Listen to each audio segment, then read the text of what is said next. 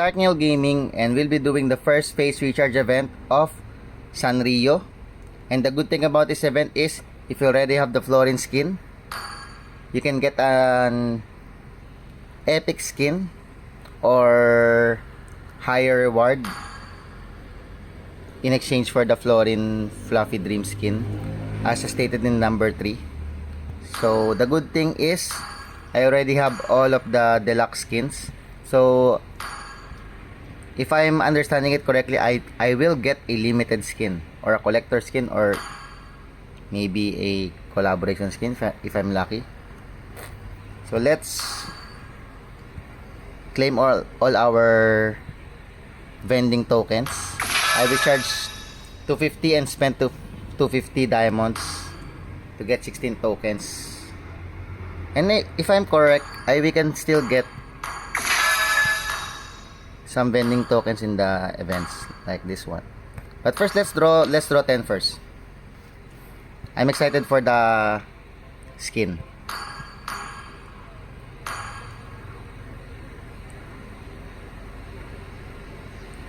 I hope I can get the collector, but if not, any of the skins, maybe Lancelot's. Let's try to click Lancelot. Okay, let's draw. Let's see if it works.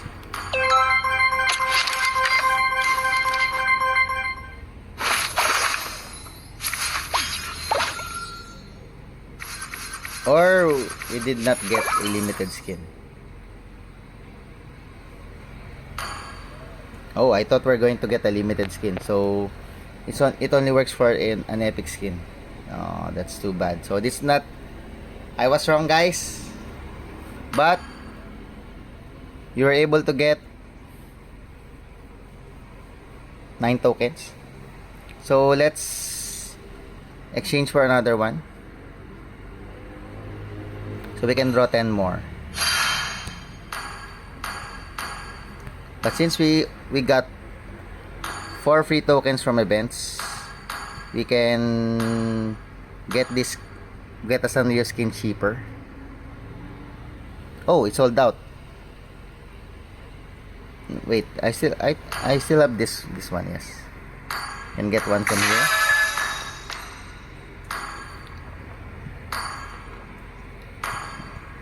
Hope we can get some limited skins like this Royal Matador. Maybe this Este skin. Let's go, another 10.